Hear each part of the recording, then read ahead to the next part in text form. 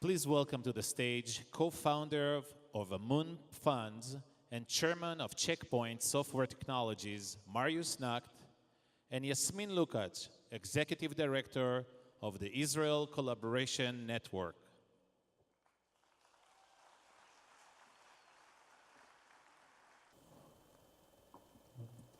Hi everyone. Hi Marius. Good evening. Thank you for joining us. Thank you for having me. We don't have a lot of time. They said 15 minutes, but they put the clock on 12. I think they're trying to say something, so let's start to the point. Let's start with talk about Checkpoint. You founded Checkpoint in 1993. Checkpoint helped position Israel as a global cybersecurity leader and in a way pushed us to be startup nation. Did you expect it to be like this? What were your hopes in the beginning? I mean, tell us a little bit about the beginning.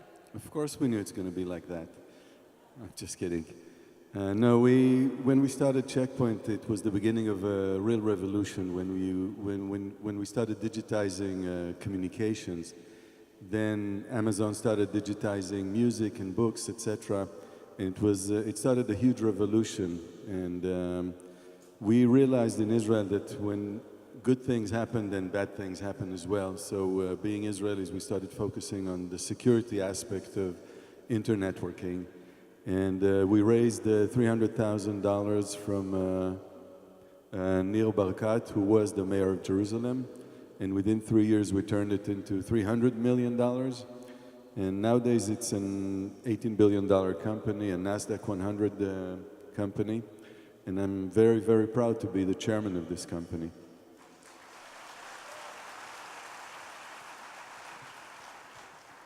So cyber, but you're now shifting away, both on, you're focusing a lot of attention, both on your nonprofit work with the NGO 8400 and a lot of business decision and investing in life sciences and double bottom line.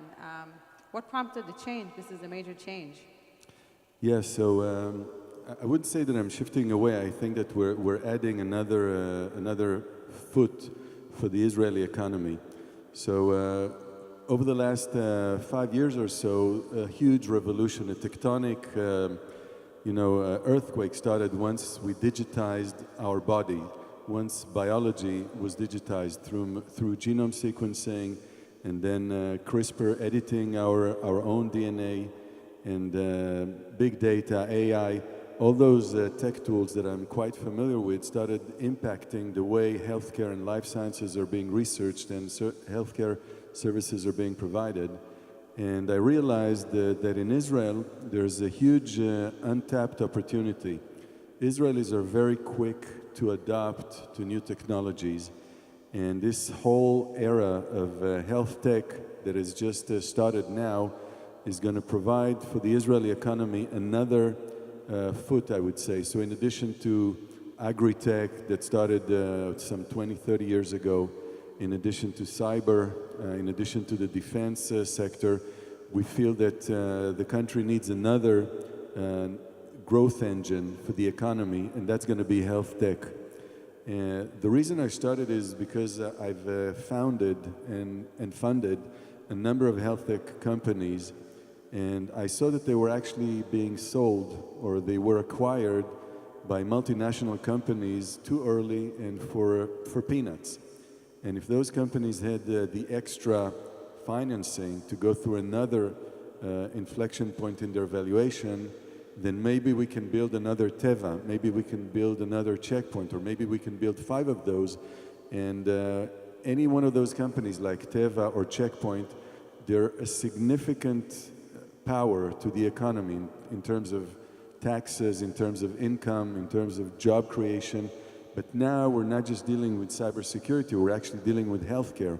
We can actually provide for the nation better services, better healthcare services, more jobs, a good brand for Israel. We're not just exporting defense, we're also helping save lives through healthcare.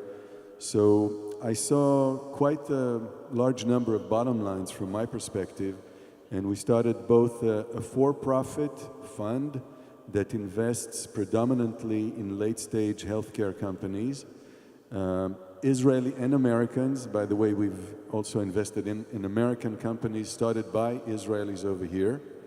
And we also started a non-for-profit organization in Israel that has the purpose of amalgamating and synchronizing all the forces in the Israeli healthcare ecosystem. That's the 8400. That's the 8400.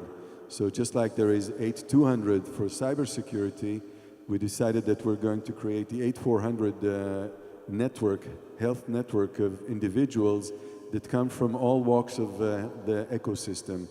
They could be researchers in the academia, they could be entrepreneurs, physicians, working for the government, the Ministry of Finance, the Ministry of Health, and all those people, 50 individuals, every year for 8 years, we're going to create 400 individuals that work as a team every year to tackle the different challenges that we have in the Israeli healthcare ecosystem.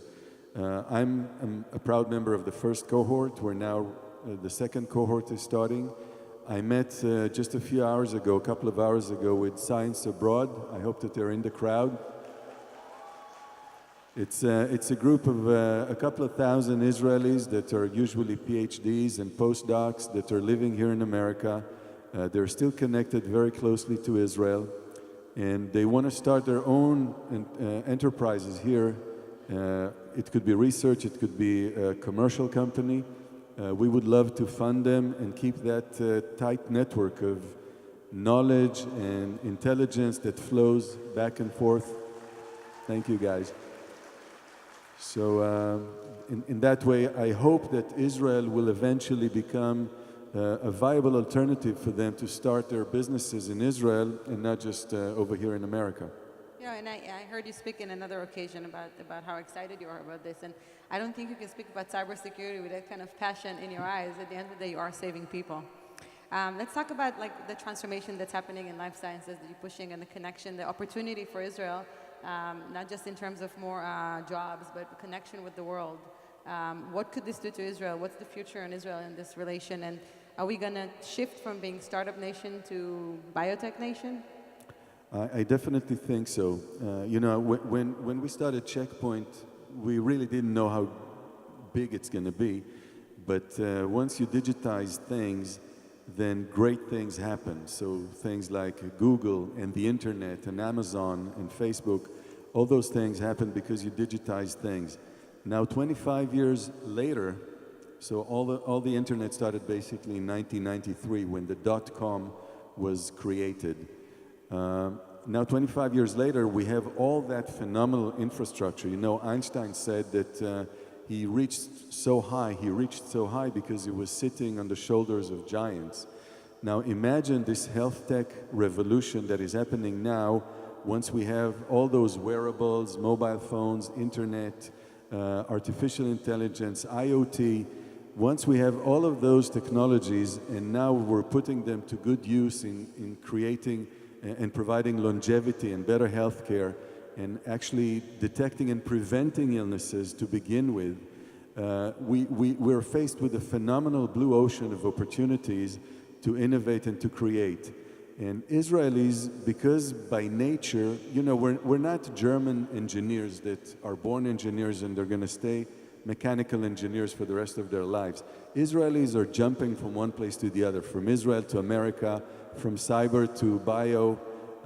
I see many, by the way, friends of mine that grew up in the high-tech space now moving into health tech. So Israelis are by nature multidisciplinary. They are very quick to adopt new technologies. And I think that the Israelis in Israel and over here can actually come up with some of the most disruptive technologies that would change our lives even over the next couple of decades. So just to give you some examples, you know, coming up with the multi-seasonal flu vaccine. I don't know how many of you know, but 100 years ago, almost to the date, about 100 million people died of the Spanish flu. If we do not prepare for the next pandemic influenza, we might see 500 million people. The equivalent of that is 500 million people dying from influenza. So we have an Israeli company that actually had built a multi-seasonal flu vaccine. We have another company that actually builds robots, nanorobots that are injected into your blood vein and they actually perform surgical procedures without cutting your body open. We're working with another company that's actually going to build a personalized drug printer at home, just like you have, a printer or a 3D printer. I believe that in the next decade, people are going to be able to buy bioprinters that are actually going to print specific medicines at home that are going to be highly personalized. They're not just going to be precision medicine, but personalized medicine. So all those things that sound like science fiction, they're actually going to be science facts if it's not within a decade, maybe in a couple of decades.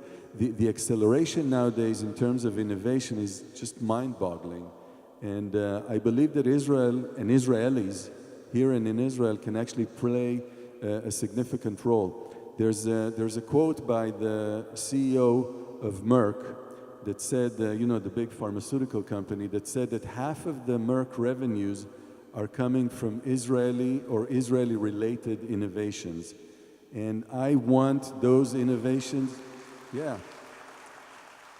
I want some of those great minds to stay in Israel and to build value, to build IP in Israel, or at least by Israelis and not necessarily to sell it out so quickly. So you're saying the conditions are now to make Israel shifted to the biotech, but where's the opportunity for the world to be part of this? So I'd like foreign, and this is why we started a fund, and in our fund we have quite a number of foreign investors, including Swiss banks and American banks, and definitely a lot of high net worth individuals. I'd like those people to invest in our companies, in the Israeli companies here and in Israel, and not necessarily to buy them. Once you buy those companies, then the IP goes away, and you end up with people working for other people instead of working for themselves, working for our nation. They end up working for Microsoft, for Intel. It's not such a bad thing, but an even better thing is for them to work for their own enterprises and for an Israeli company and pay taxes in Israel and not necessarily in California. You live in Israel? I live in Israel. I didn't live here, but I worked here for quite a few years. I was the one that built all the checkpoint sales, marketing, tech support, all that infrastructure worldwide. But I see Israel as my home. I have 4 kids there. And my eldest daughter served in Caracal. It's a mixed men and women infantry unit. Very proud of that. Well, Marius, thank you very much for coming today. We ran out of time. Thank you, Yasmin. Thank you.